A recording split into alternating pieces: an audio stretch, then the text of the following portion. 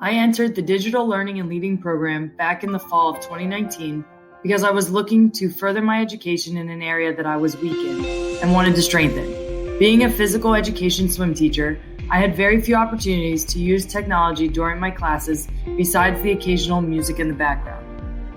Little did I know at the time, this program was not what I was expecting, but what I was going to need in the long run. When I began this program, I thought I would be learning some techniques for how to introduce technology into the classroom, or maybe learn about some programs I could use with my students. I did not know all that was to come and the many accomplishments I would achieve along the way. Throughout my journey, I relied on my coworkers, professors, and some friends I met while taking these courses. I went through this program with many of the same people continuing through each course.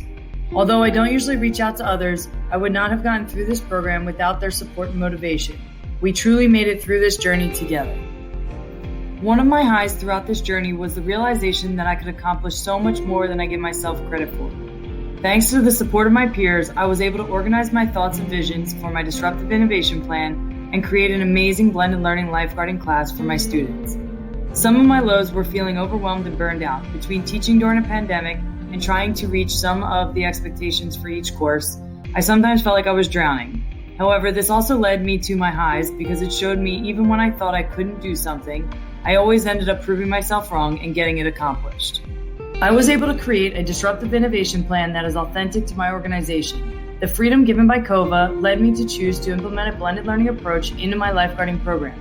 My plan allows students to learn the material prior to coming to class and gives them more opportunities during class to review and practice skills and ask questions they may have about the material they learn. The goal is to have more hands-on learning while in the classroom. Though my program wasn't able to fully run this year, I did get an opportunity to test the waters with a quick 2-week program. Almost everything ran smoothly, but there are always areas that can be improved. My e-portfolio now has a proposal outline, action research plan, and so many other components. I feel very accomplished from all the work that I've completed, and I am confident that I have what is necessary to make my disruptive innovation plan a success. Throughout this process, what worked best for me was that I took risks that led me to grow as a person and as a teacher.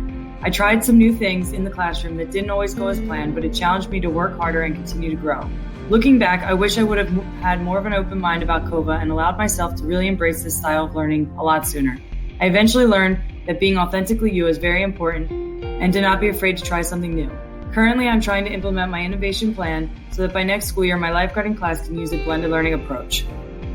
My next step is to finalize the blended learning lifeguarding program and find a way to then implement blended learning into my middle school swim program.